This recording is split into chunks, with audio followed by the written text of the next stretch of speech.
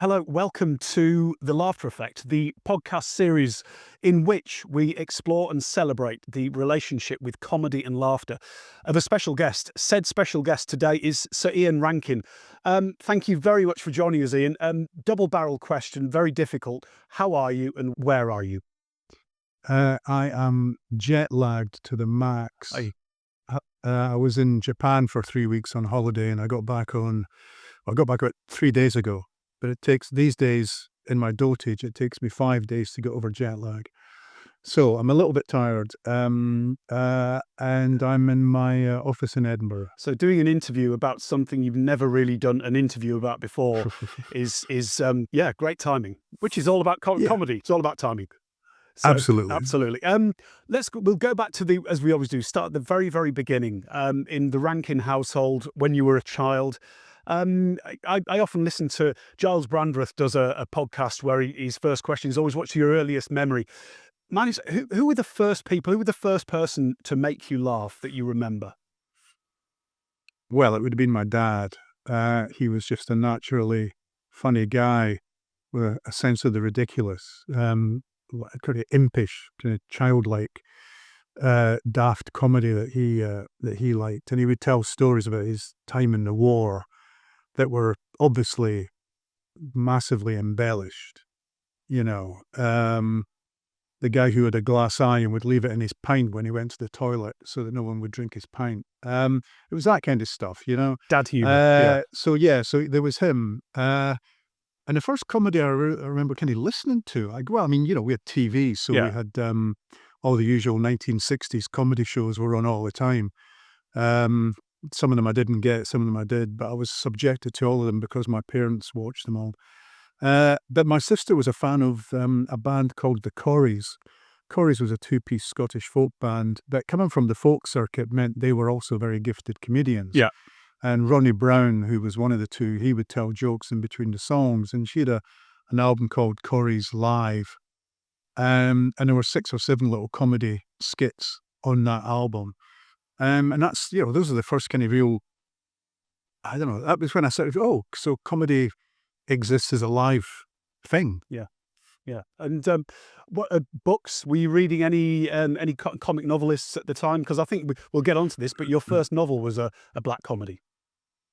My first novel was a black comedy. Let's leave that for later. Let's Yeah. park that Yeah. one. Exactly. That's good, Yeah, comedy books. Yeah, I mean, I read Spike Milligan. I remember probably in my early teens getting into Spike Milligan's army books. yeah.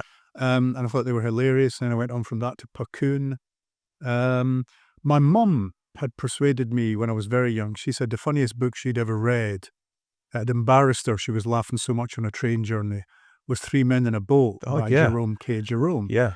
So we bought that and I read it and I felt, I don't get it. No. Where's the laughs? Yeah. You know? Yeah. I was growing up with the Beano and the Dandy and a whole plethora of kids' comics that came out of Dundee, D.C. Thompson company at that time. Yeah. That was the kind of humour that I was growing up with. It was kind of slapstick and it was childish and it was aimed at kids, whereas Three Men in a Boat was not aimed at kids. No. It was aimed at an adult audience. Was your mum? I think your mum was from Yorkshire, wasn't she? Yeah. Did she have a what you might call a typical Yorkshire sense of humour? I'm in Leeds. It's fairly sort of dour, self-deprecating, etc. That sort of thing. Yeah, I mean, my parents were pretty kind of buttoned-down people. They weren't the most expressive people in the world. But when relatives came to stay from Bradford, where my mum grew up, Bradford, Yeah. then things would liven up. And if drink was taken, as it often was, then things would certainly liven up. We had an auntie and uncle 2 doors away, and she seemed to me the most timid mouse-like woman in the world. But give her a drink and she'll sing you a song and she'll do all the actions and everything else. There's a Hole in My Bucket was one that Dear she and I Liza. did together Brilliant. at a family wedding.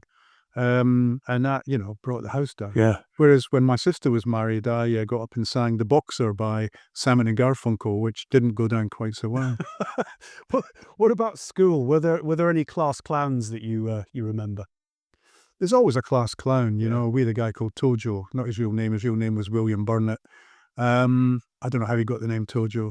I mean, there were so many comedians. It was a mixed, comprehensive school. The boys were kind of, what were they doing? They were acting the jokers to try and attract the attention of the girls, who, of course, were not. The whole thing reminded me of. I'll tell you what it reminded me of. It's a film that I could watch over and over again, and I do. Gregory's Girl. Oh yeah, That was my school days. I mean, I thought he obviously had some hidden cameras in my school because it was so like the kind of gawky, awkward boys yeah, and the very grown-up, sensible girls. yeah. And just the shenanigans in the boys' toilets. When he took it to extremes, we didn't have people smoking pipes and playing cards in the boys' toilets, or indeed selling shoe pastry and photographs of the girls. But yeah, that really captured that sort of being a teenager in a working class town in Scotland in the 70s. Yeah, so you weren't hitchhiking to Caracas or anything I like couldn't even that. spell No, Caracas, but then, as we know from the film, that's not an issue. no, no, absolutely, absolutely. University, you went to uni at Edinburgh. Um, were you aware that I've got to ask this from a personal point of view? The first biography I wrote was James Robertson Justice, who Mhm. was rector at Edinburgh twice. Did you ever? Are you a fan? Do you remember growing up with like the Doctor films and things like that? Yeah, I remember going to the cinema to see the Doctor films with James Robertson Justice. Of course, despite the accent, I had no idea he was Scottish because I didn't think Scottish people could do clever things. I didn't think you could be comedians or musicians or actors or whatever, or writers, in fact. Yeah. I remember reading Alistair MacLean's books without realizing he was a native Gaelic speaker. Wow. So yeah, James Robertson Justice, this larger than life figure. I loved all that. I mean, I would go to the cinema and watch all, but we used to go and watch the Carry On films, Yeah. my family and I, and anything that was a TV spin-off. I remember going to see On the Buses Yeah. at the cinema. Are You Being Served Yeah. at the cinema? There was a whole, if it was a TV franchise, sooner or later you'd get a really bad film Yeah. made of it. Yeah, very bad. Did you ever get to see in the John Robb interview I saw with you the other day? I think one of them you mentioned Robin Asquith, like you were talking about the whole Confessions of a Window Cleaner. Did you Yeah. ever, when you were sort of a bit older, did you ever sneak into a cinema to watch one of those? I sneaked into cinemas more to watch kung fu movies. Right. Okay. When I was 12, Kung Fu came along and the films were ex-certificate 18s, as we would now call them. But I was able to sneak in because I was quite tall for my age. So I got to see most of them and I was really into Kung Fu, so that was great. And then, yeah, I mean, adult films, you definitely walk to see adult films. But the fact that I couldn't see adult films, that often I was turned away from the cinema, took me to the books. Yeah. So I was reading The Godfather and I was reading The Exorcist and I was reading One Flew Over the Cuckoo's Nest because I had been refused entry at the cinema. Right. But no one refused me entry to reading the books. So that was a kind of Fantastic. thrill for me. Books to me seemed like the adult world that I wasn't supposed to know about. Yeah, yeah. Were there any? What sort of comic novelists would be when I grew up? It was people like Tom Sharp, etc. What sort of were you reading? Eightborn. Who were you reading? Comic wise when you were? I mean, I don't remember reading much in the way of comic novels until Hitchhiker's Guide to the Yeah, Galaxy yeah. came along. I wasn't really into the fantasy comedy stuff that Right. was happening Okay. at the time. I was reading American literature. I was reading kind of hard-boiled stuff. I was reading anything that had a sex scene in it, and looking for tips Yeah. basically. But I don't remember comedy much. When I came to Edinburgh University, I was suddenly aware that there was a kind of live comedy circuit that Yeah. was really just starting up. Because until then, it had been working men's clubs. I mean, I'd grown up in a coal mining area. All the comedians who came through, if they came through at all, were playing working men's clubs and Yep. doing working men's comedy. And then suddenly, sort of young, clever people got involved and aimed at more a younger market. And that was just starting up, I guess, in what would it be, the early 80s? Yeah. Do you When remember? I was still an undergraduate. Do you remember any of them? Did any of them go on to bigger, better things? Any of them become sort of household names, so to speak? The ones I knew, no. No. No, I mean, we had a guy in my year at uni, and I'm going to forget his name now, embarrassingly, but he was in a thing called the Merrimack Fun Co. It took its name from a page of cartoons and jokes and stuff that used to be in the Sunday Post, Yeah. alongside Oor, Willie and the Bruins, which I still read. There's the guilty pleasure right there. But the Merrimack Funcoast, 3 Scottish comedians, and they had a big hit at the Fringe one year, and so they were duly selected to go on the Wogan TV show, which could have been their breakthrough, but I remember it as being slightly cringy, and it didn't really go according to plan, and the comedy fell flat in front of a non-Scots audience. Yeah. And they were looking around them in bewilderment, wondering, what are we doing here? I think it was probably a live show as well.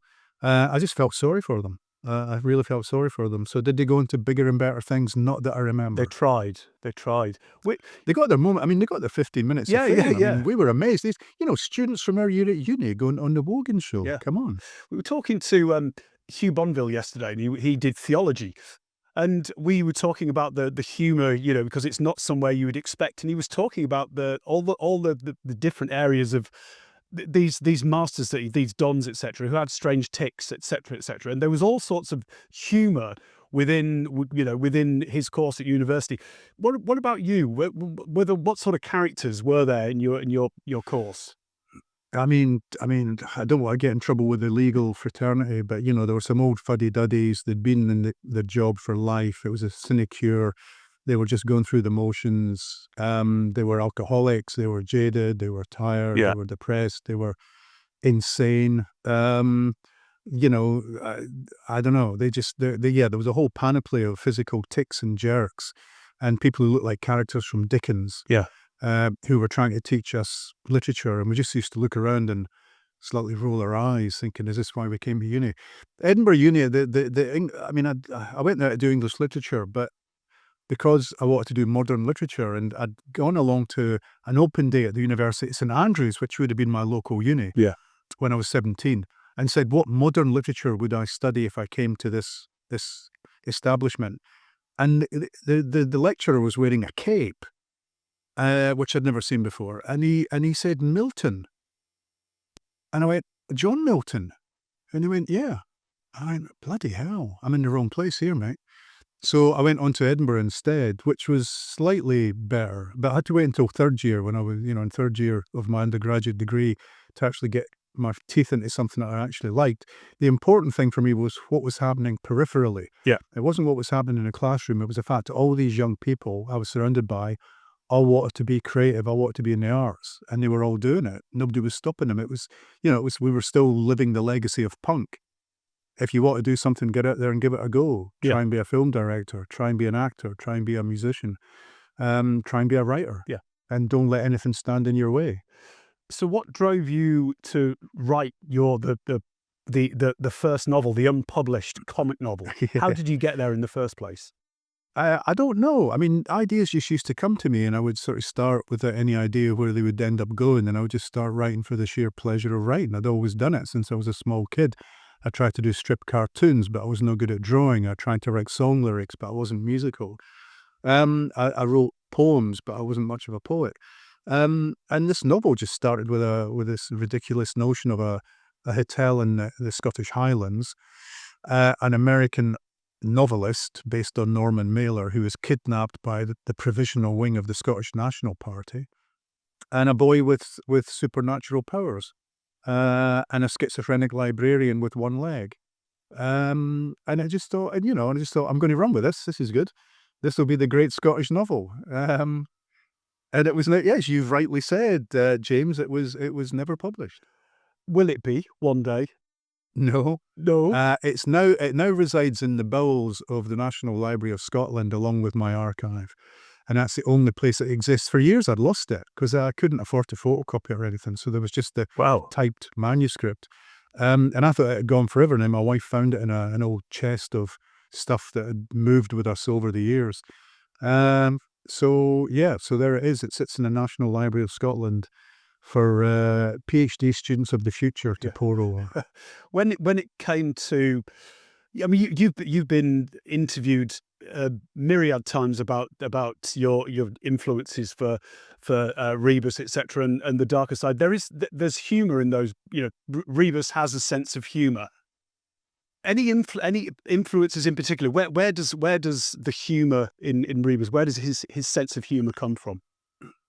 Oh, his humour comes from, a dark place. It comes from the fact that his life is a succession of tragedies. He's dealing with tragic situations over and over again, and the defence mechanism against that is humour. Every cop I've met, every mortician, every pathologist, everybody who works in a mortuary, every social worker and lawyer I've met has a sense of humour. They have to. It's a defence mechanism. And I've been told stories that the general public would find absolutely grotesque by cops who were at the scene at Lockerbie, for example, Yeah. or Dunblane. But they needed to laugh. Yeah. Because if not, they would have been screaming into the void and they would have been locked up. So it's that sort of way of just decompressing. Yeah. That's where Rebus's humour comes from. And it also comes from a very Scottish working class place that sees humour in the darkness. Yeah. That aches for levity because life when you're kind of poor and working class doesn't have much room for levity. No. I mean, all the coal miners I was surrounded by when I was a kid, they loosened their stays in the evening by taking alcohol and singing and dancing and being uproarious. And it was just a way of forgetting the cares of the daily routine. And that's what I get when I go to a comedy show. It allows you to switch off for an hour and maybe see the absurdity. Yeah. It shows you that human beings are absurd creatures. Yeah. And that we live in an absurd universe. And we either laugh at it or we throw ourselves shrieking into the void. Yeah. When was the first time you went to the Fringe? It would have been about 1980, 81, I guess. Really? And there were comedians around, but don't ask me who I saw. No. I saw Frankie Boyle quite early in his career, but it would have been after that. But it was very early in his career. I took my son, who was an impressionable age at the time, and we made the mistake of sitting in the front row. And not a mistake I would make again at a Frankie Boyle show, let me tell you. But yeah, the comedy clubs like The Stand came along, and The Stand is still going. I was there a few weeks ago to see Jack Brookmeyer, who's a very promising new comedian who also happens to be the son of a friend of mine who's a crime writer, Chris Brookmeyer. And he was very good. And he's got a show coming to the Fringe this year, which he was only doing 10 minutes in The Stand when I saw him, but he's doing a full show at the Fringe, so I'm going to get tickets for that. But yeah, live comedy came to me. I guess it came to me fairly late because I wasn't surrounded by live comedy venues when I was younger. Yeah. Is it true that in 2013 you performed a short stand-up routine at the Fringe? Yeah, you've done your research, man. I Hopefully nobody recorded that. I was asked by Fred Macaulay, the comedian. Yeah. He was raising money for some charity, I don't know which one, and he was putting people on at the Stand in Glasgow. And he said, "Ian, do you fancy doing 10 minutes of stand-up?" Now, blithely, I thought that comedians and novelists are actually quite similar in the way they approach things. Because, for example, when I've got a new book out, I go on tour. And that tour consists of me standing up in a venue or a bookshop and talking for an hour. Yeah. It's stand-up. Yeah. And you've got to keep it nice. entertaining. You've got to have anecdotes. You can't bore the audience. Yeah. So you learn which anecdotes work, you embellish them, you embroider them, and you basically become a stand-up comedian. Yeah. Which I think is why several of the comedians have been attracted to the crime novel. Yeah. And people like Mark Billingham and Chris Brookmeyer do very good stand-up, as well as being great crime writers. So I went along from blithely thinking, well, I could do 10 minutes. It was hard. It was really hard. It's a long time on stage. And having now been in a position where I get to go backstage and sit with comedians and talk to them, they go from that, a 5 minute or 10 minutes to be able to do 15 to 20, to do a half hour, to do an hour. Yeah.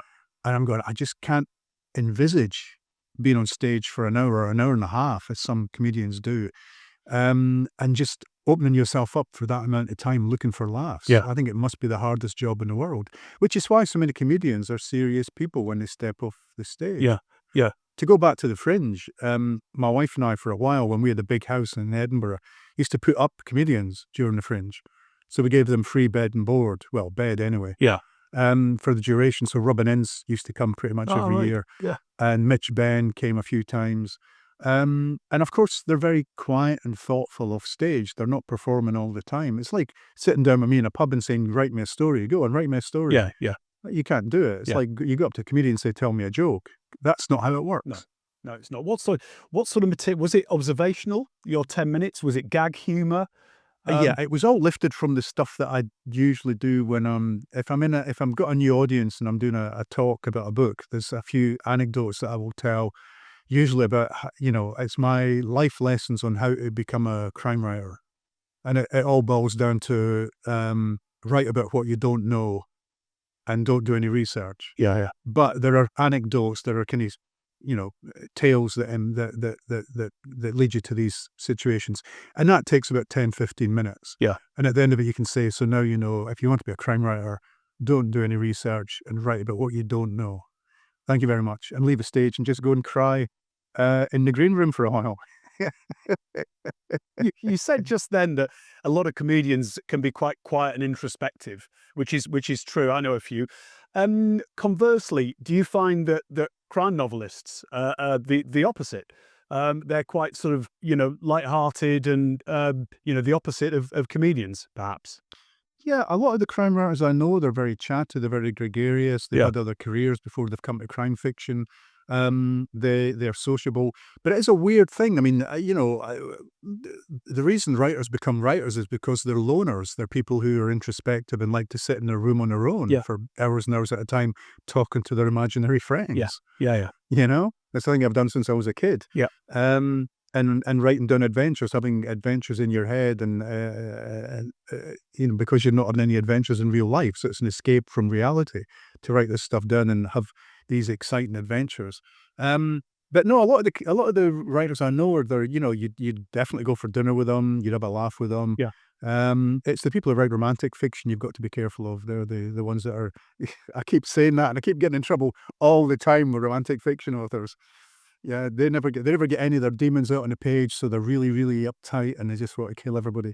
Yeah, I always get in trouble with that. And one of my best friends in Edinburgh is a romantic fiction writer, so apologies to Jenny for once again coming out with that calumny. I used to, I don't think he does anymore, but Dylan Murren used to live in Edinburgh. He Yeah. lived in Edinburgh for years quietly, and he became part of a sort of group that I would hang out with. And whenever we spoke, he really wanted to talk about crime novels. He was a big fan of crime novels, and he just wanted lists of novels that he should be reading. He didn't want to talk about comedy. He didn't want to tell a joke. Yeah. He didn't want to talk about the absurdity of life. And I would give him I would sort of think really hard and do research and have these lists of obscure crime novels that he should read. And he'd go, yep, read it, yep, got it, read it. Brain the size of a planet, as they say. Yeah. Who's the funniest person you've ever invented? Ever invented? Yeah. Ay, ay, ay. Oh man. Because you talk about your relationship with Rebus. Yeah. You're chatting. Is there somebody you've sort of thought, God, this person's funny. I'm going to run with this. There probably is, but I can't think of anybody off the top of my head. Usually in short stories. Short stories free me up to do things that I can't do in the Rebus books. Yeah. I mean, there was a character I wrote about called Cullender. He was a caddy. No, not a golf caddy. A caddy was someone in late 18th century Edinburgh who would look after you if you were a visitor to the town. Yeah. And he was great. He was very funny. But I wrote it originally as a short story, and then we did them as a couple of radio plays on Radio 4. And it was the actors who made it funny. The actors sitting in the rehearsal room came up with all the best lines. And I thought, this is great because I'm going to get the credit for this. So there was one bit where we had a corpse and he had no head. And they were trying to get rid of this, and they were trying to bury this corpse. And they sort of buried it, and they're all going, oh, right, we can go to the pub now and get a drink. And then one of them went, hang on, where's the head? And that was the actors who came up with this scenario and just made it 100 times funnier than it had been before. Yeah. So I'm surrounded by good people. That's the secret of success, right? Yeah. Surround yourself with good people. Well, because a good hanging, they were lighter-hearted, weren't they? A good hanging. The short stories I Sure. writ are usually a bit lighter-hearted, including the Rebus stories. Rebus, yeah, yeah. and the good hanging was all Rebus stories. It's just a chance to be a little bit levity and something that you can read on a train journey or a bus, and it will just pass the time in an amusing fashion. Is there? I did write one short story about a comedian. I think it was called The Only True Comedian, and it was about a club comedian. who's really struggling. Yeah. And I can't remember much more of it than that. Is there any? But the closing line was, "Death is the only true comedian." I remember that, Wow, that's profound. Um, if you say so. yeah. Is there anyone you've met? This is a standard question, but it usually gets an interesting answer. Anyone you've met who you really didn't think were going to be funny at all, but turned out to be the absolute opposite, has really Yeah. surprised you. The one that stands out for me was Margaret Atwood. Now, Margaret Atwood is a very serious literary novelist, the author of The Handmaid's Tale. She's Canadian. She's huge as a literary novelist worldwide. And I've been invited over to Toronto to be interviewed as a fundraiser for PEN, a writers' charity, a kind of freedom of speech charity. And they announced that she was going to interview me, and I thought, "Geez, Ian, this is going to be putting your head through the ringer." And from the word go, she was hilarious. She was Wow. so dry, so droll, but even her intonation, the way she asked the questions, was just amusing. Yeah. And quite quickly, I went, "Okay, we can have some fun here." And she became we became friendly. Her and her husband and me became friendly, and all that. But I was not expecting that. I really wasn't expecting that. And yeah, and I've met several members of the royal family. They're all funnier than they think they're going to be. Princess Anne is a hoot. I remember meeting her. I'm the Deputy Lieutenant of Edinburgh, which means if the Lord Provost or Lord Mayor is busy, I've got to meet and greet powerful people Yeah. when they're visiting.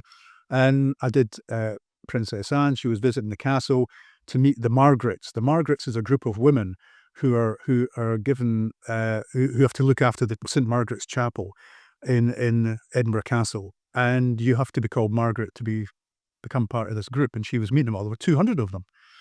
And I met her at the car, and she stepped out of the car and we shook hands, and I said, "This is the easiest gig you'll ever do, ma'am." And she went, "What do you mean?" I said, "You've only got to remember one name." And she just fell about. Good. It's good. Quite right. It's a good line, of right? course It's a it is. good line. It's a very good line. That's a very good line. And so when I was knighted, she was the one who gave me she put the sword on the shoulder. And I reminded her of this. And again, there's a good photograph of me and her just have a huge laugh about the Margarets. So, for people from elsewhere, how does the sense of humour in Edinburgh and, say, Glasgow differ? Because I'm talking about sort of like, so Yorkshire, Lancashire, very different, very different. Is it the Yeah. same up there? Well, I mean, Glasgow has Billy Connolly, Of course. and we had Bill Barclay in Edinburgh. Who's Bill Who was Barclay? funny, but he was not a patch on. He was not a patch on. He's got this. Is it 12 Days of Christmas or something he does? Right. Where he's doing it as if he's drunk and getting more drunk as he goes on. It's very funny. Anyway, he was a kind of a club pub comedian who Yeah. did some albums. But when I was a school kid, of course, the Billy Connolly albums were passed around. We had no Yeah. chance to see him live. No. He never came to Fife, as far as I know. In fact, he did eventually come to Fife. He played the Carnegie Hall in Dunfermline. But, the albums, the LPs, physical LPs were passed around the playground, and we took it home and we listened to it and we revered him Yeah. as a comedian. And that's, that kind of industrial humour that you get in an industrial city like Glasgow Yeah. didn't seem to exist so much in Edinburgh. Yeah. Edinburgh, the humour is much drier. It's until Trainspotting came along, which had a really earthy course. humour to it. Yeah. Edinburgh was seen as just being a much more prim and proper place. It was a place where bankers and lawyers and judges all sat around drinking port in gentlemen's clubs. Whereas Glasgow was full of vest-wearing, buckfast drinking It was Neds. a bit more still game. Yeah. Yeah, the Yeah. kind of the Rab C. Nesbitt Yeah. still game kind of thing. And that was I was terrified. When the first few times I went to Glasgow, I was terrified that I was going to get punched in the face just for not being from Glasgow. But the humour is amazing, and you get humour everywhere. The old guy at the bus stop will be the funniest guy you've ever met in Yeah. Glasgow. Yeah. So yeah, they are very, very different cities. I mean, I guess Glasgow looks west. It looks to Dublin and America, whereas Edinburgh's always looked east towards Europe, Yeah. France and the Netherlands. And so that, I mean, name me a famous Flemish comedian. We could be here all day.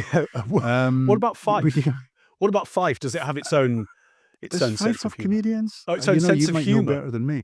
Sense of humour, probably. Probably. I mean, we've definitely, yeah. I mean, all the guys I know. Yeah. I mean, I went to, not, I mean, a few years ago now, I went on a stag party with a bunch of guys, one of whom I was going to be best man at his wedding. It was not his first wedding, but so we all went on a stag party to Krakow.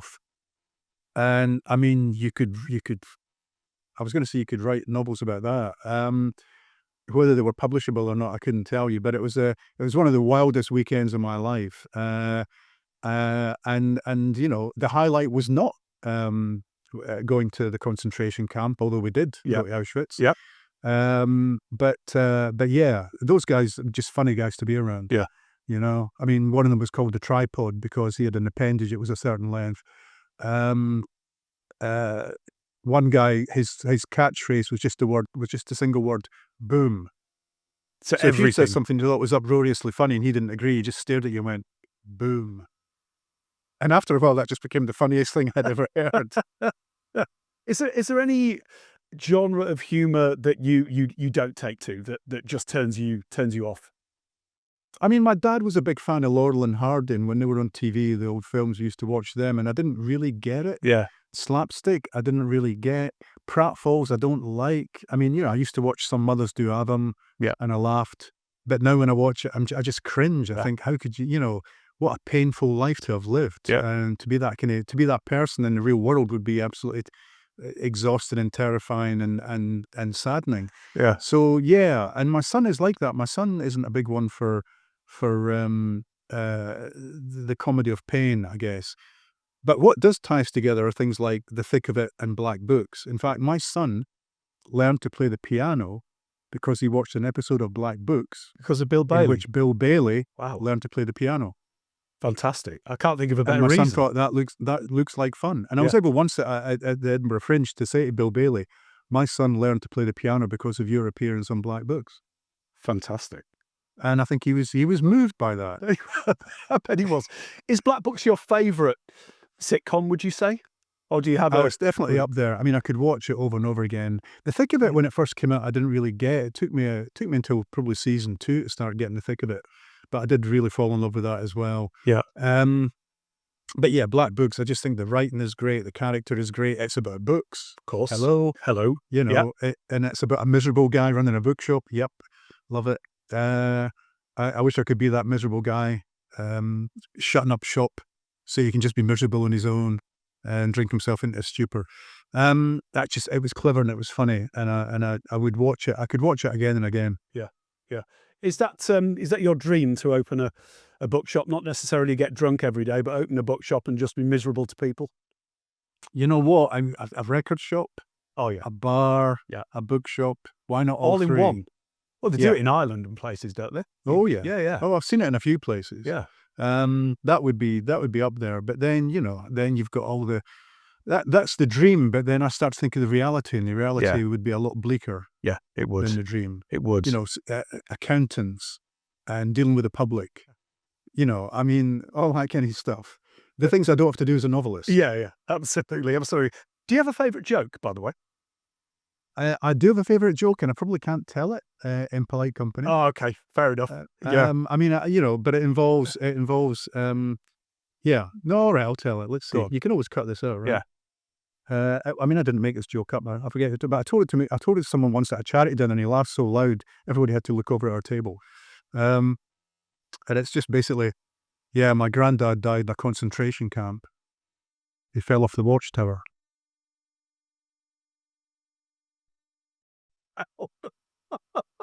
Oh, I'm taking that one. I'm having that. Yep. That's brilliant. Moving swiftly on, has humour or laughter ever helped you through a difficult time? Yeah, I mean, you know, reading a comedic book or going to a comedy show or watching comedy in a theatre or on TV, it just takes you out of yourself. You forget your worries for a period of time. And you know, I remember my wife and I lived in France for a while, and my career was going nowhere, and we had no money, and it was all very stressful. and she introduced me to Rivals by Jilly Cooper, the novel. And what a world to escape into! I mean, Yeah. here was a world of terrible puns, romps, the jokey setups, and just fun. Yeah. It just seemed like the most fun place to be. And all the time that I was spending in these big, fat Jilly Cooper novels was time that I wasn't thinking about my own situation. Yeah. Yeah. And that was great. Those saw me through, a harsh winter, and into the next year. And I did write to Jilly Cooper, and I mean, no, I'd in an interview once I said this, and she sent me a gift. She sent me a bar of soap. Did she? I bet it was scented. It must have been scented. It was beautiful. Of course yeah, it was. from it was Florist soap, which one of Yeah. our protagonists uses. Yeah. And so from a posh shop in London. But Yeah. I did read what you talking about puns and jokes. You used to make a concerted effort to try and get certain puns into your books. Is that true? Oh yeah, all the time. I mean, there's one in my books that ends that's got all the way through it. There's this kind of reference to this joke about an octopus. And at the end, well, not having got the full joke, at the end, somebody says to Rebus, "Hey, I've got a joke to tell you about an octopus," and he just goes, "I've heard it," and that's the end of the book. So you never get the joke. But yeah, puns. I used to put puns in all the time until I mean, I've got one where Rebus goes back to, now you need to know that a chimney is a lum in Scots. Okay, LUM, lum means chimney. And in one of the early books, Rebus goes back to Fife where he grew up, and he remembers the coal mining days and all the smoke belching from all the house chimneys. And now, of course, that's all gone. There's no more coal. And it saddened him. It saddened him, the silence of the lums. Yeah. Come Now, I on. loved that. That's I brilliant. loved that. Should that. retire on that. You should never write another pun again. Nobody has ever managed to reproduce that in any of the translations of my books. Really? That's Yeah. that's incredible. You must have been so happy with that. I was delighted with that. Yeah, man. yeah. No one else was, but I was. But then translators told me, look, your puns are really difficult to translate. And so I used them less and less. Yeah. So in the later books, there are far fewer puns. But I mean, wordplay. The first Rebus novel, Noughts and Crosses, the crime is solved because of wordplay. The crime is solved because it's all to do with word puzzles and games. And the name Rebus means picture puzzle. And there used to be a Rebus, a picture puzzle, in the Sunday Post every week next to Our Willie and the Bruins. Yeah. So from a very early age, I was imbibing these puzzles and puns and wordplay. And I'd grown up thinking of literature as being a fun thing, a game that's played between the author and the reader. So let's have some fun. Yeah. And especially when the material you're dealing with in crime fiction is quite bleak. Yeah. It's very good to have, the occasional joke or pun coming in. Yeah. Yeah. If you so a comic novelist, anyone today that you read that you recommend that's making you laugh? Ooh. Ooh. Don't put me under that pressure. And what I'm impressed by is how many comedians have turned to novels and are very good at it. Ed Edmondson became a very good novelist. Yeah. I wasn't expecting it. Yeah. From what I've seen him on TV, and there's quite a few. And people like Richard Osman, who not only understand the crime genre but understand a good joke. Yeah. There's always a point in a Richard Osman book where a great joke comes in. Yeah. That's been worked in properly. You've been prepared for it, and I'm always impressed by that. And Richard Coles as but well, I think he's good at that. Yeah, Richard Coles. I mean, he's very good on Village England. Yeah. It's very, very light of touch. Very. I quite like harsh books, and harsh books, harsh, bleak noir novels don't always have a lot of room for humour. No. And a lot of it doesn't translate. So if I was reading the French or the German in the English translation, I wouldn't know if a joke was being told. I remember somebody once telling me a long time ago that Roddy Doyle's books, The Commitments and all that, which are comic novels, didn't do as well in Japan as they should because the Japanese translators didn't understand the humour, so they just left out those passages. Oh, you're joking? So left? Oh my God! Yeah. Have you ever? It's difficult. It's difficult. I remember once in one of my novels, what they used to do, they don't do it so much now in my French novels. If they didn't understand the reference, they would leave it in English in the text, then put a footnote and explain it in French underneath. And one of them, there was a line, "I get the feeling we're not in Kansas anymore, Toto." which is a line from a fairly famous movie, Yeah. right? Wizard of Oz. Yeah. So the line was left in English, and at the bottom of the page was a French note saying, Rebus here is referring to the two American rock bands, Kansas and Toto. The rain's down in Africa. And if Oh, he went back, he went, that makes no sense whatsoever that's in any kind of fantastic. context. I know. But- So that was a translator taking a punt and getting it kind of wrong. It got Africa and was it Carry On My Wayward Son or whatever? That's Oh, incredible. jeez, don't. Have you ever planted anything in there to confuse a translator that you definitely know? Go on, have fun with this. No, I've never done that. I mean, I respect him far too much for the profession. What I have done in the past, which I'm slightly embarrassed and ashamed about, is if you've got a signer on stage who's signing for the deaf, sometimes I'll use words or phrases and then turn around to see how they're like, I'm going to try and think of one now. And I'm going to forget, but some kind of slightly risque phrase, and I'll turn around to see exactly how they're coping with that. And I'll use it again just to check how they're coping with that. Of course, the audience will laugh. And afterwards, you apologise to the signer and say, Yeah. I'm sorry I put you through that. Yeah. Well, I think one was balls to the wall, and it was a female signer. And I said, I wonder how she's going to cope with balls to the wall time. How did she do it? And she was very good. I forget what she did, but it was It excellent. was proficient. The Fringe has just started, or is it about to start? No, August. August, sorry. Is there anyone on who you're looking forward to see? Well, I mean, the French programme hasn't been released yet, so I don't Alright. quite know who's coming. One thing that's happened in recent years is big name comedians, you notice their tours and you notice they've not got Edinburgh on their tour, and then suddenly, surprise, surprise, they arrive in Edinburgh for 3 nights Right. and hoover up all the comedy ticket sales. Yeah. And, workaday comedians get a bit annoyed by that. But no, I know that Jack Brookmeyer is playing, and I know that I'm going to go and see him. Yeah. If Stuart Lee comes, he might not, but if he does, I'll definitely go and see Stu. I always go and see Stu. I once accosted him. We'd been to see a gig together, a music gig, and I accosted him afterwards to tell him how big a fan I was. And so we stayed in touch after that, and he was great to hang out with. And then one year, I went to see, the Alan Moore, the comics book guy, Alan Moore, Watchmen, and all that. Yeah. Yeah. Alan Moore was on at the book festival, and I got to meet him. And he said, I'm going to see Stuart Lee's show after this. I said, me and my son are going as well. We'll walk along. So I texted Stuart Lee and said, I've got Alan Moore and his wife coming along to and when we got there, Stuart Lee was outside next to the huge queue, people saying, in you come, and making sure that Alan Moore got the best seat in the house, which was absolutely fantastic. Good to see that fanboy thing in action. And Stuart Lee is a fanboy, as well as being a great comedian. But he's always so clever. I mean, he cracks Incredibly. me up. Yes, so I mean, I would definitely try and get tickets to see him. But just having a punt, going along and seeing new stuff. The great thing about the stand is there'll be 5 shows a day. Yeah. With people you'd never heard of, all doing 10 or 15 minutes.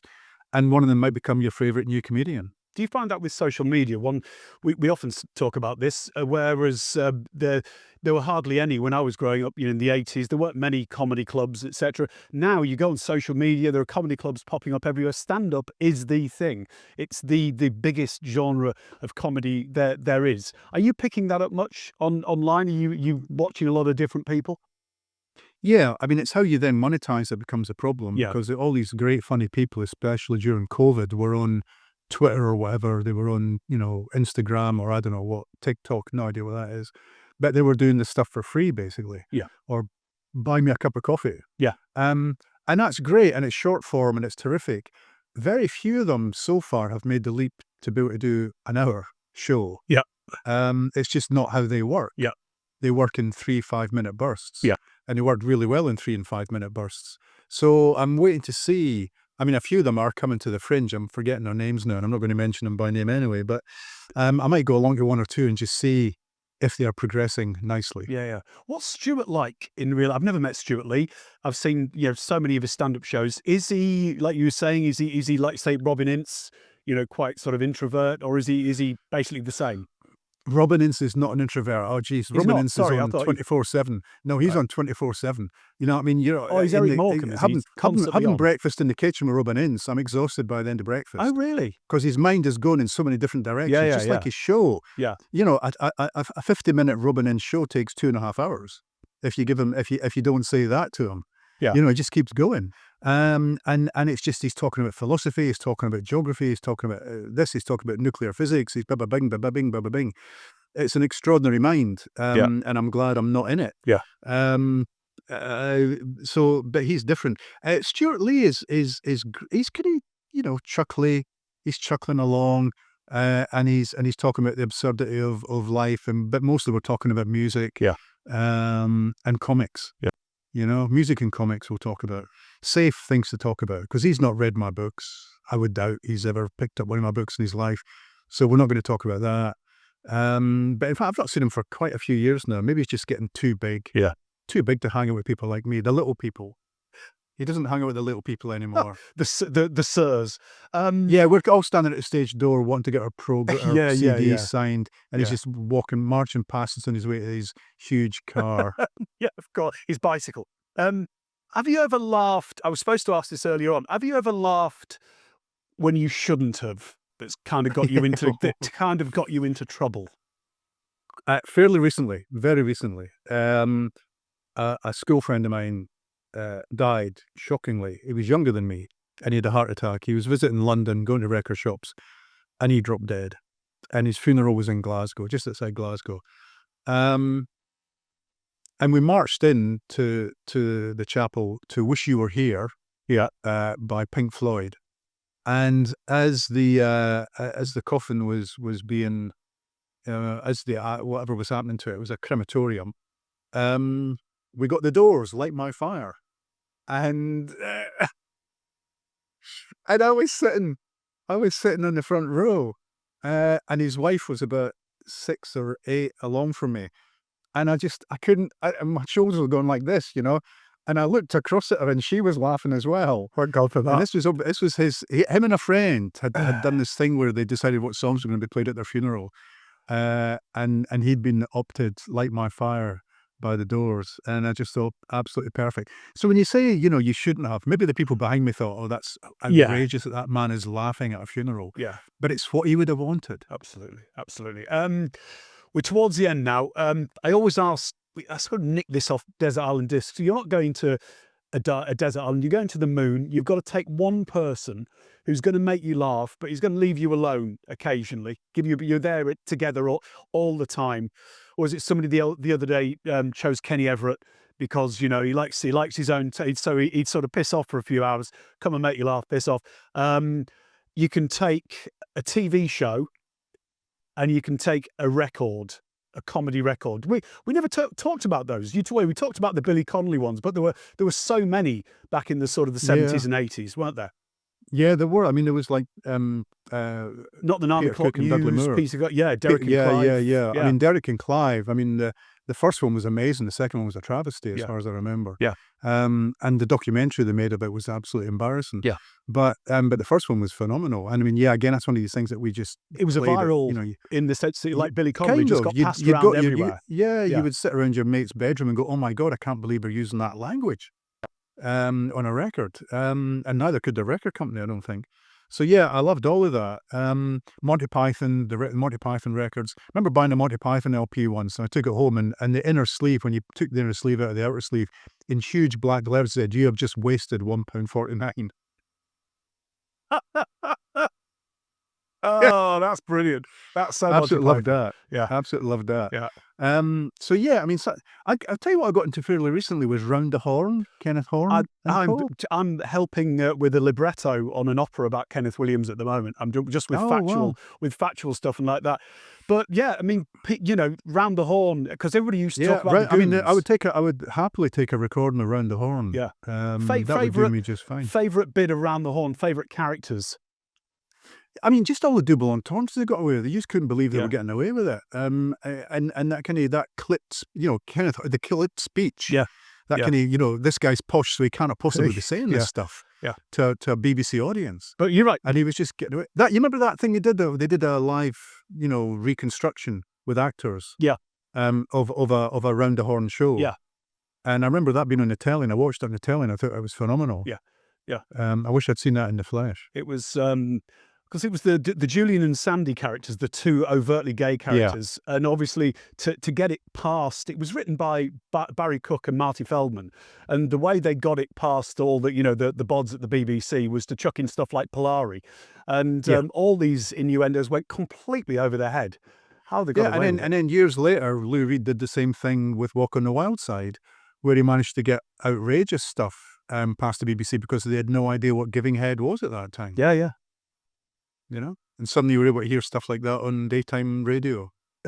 Well done, everybody. That's done everybody. Well done, everybody, for coarsening the discourse. So who are you going to take? Who are you going to take?